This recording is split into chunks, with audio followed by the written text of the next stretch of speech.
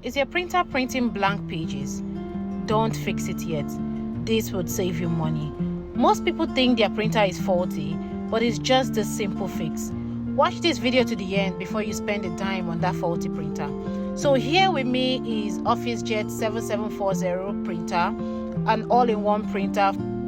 If you just replaced the cartridge of the printer and you're still experiencing blank pages, or the printer is printing very faintly on the paper, there is a high possibility that the printhead has gone bad or the printhead is faulty.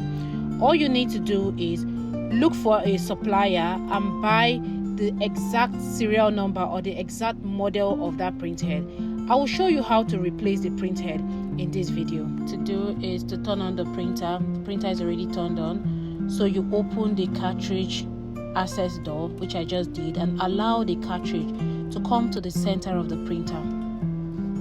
Gently pull out all the ink cartridge from the printhead.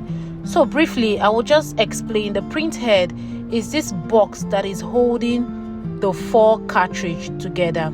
This is what we'll be changing in this video. If you're looking carefully, you would see that there is a latch holding down this printhead. All you need to do is pull up that latch and bring out the printhead. Please ensure you hold this printhead on the side. Do not touch the nozzles behind. Then you unpack the new one and fix it back into the printer just as you removed the old one. Pull down the latch to hold it tightly. After you have done that, put in the new ink cartridge that came with the new printhead. Ensure that you insert them according to the color code. I just inserted the blue and this is the pink.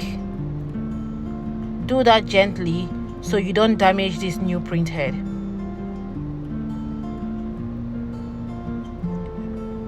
That's yellow, and finally the black.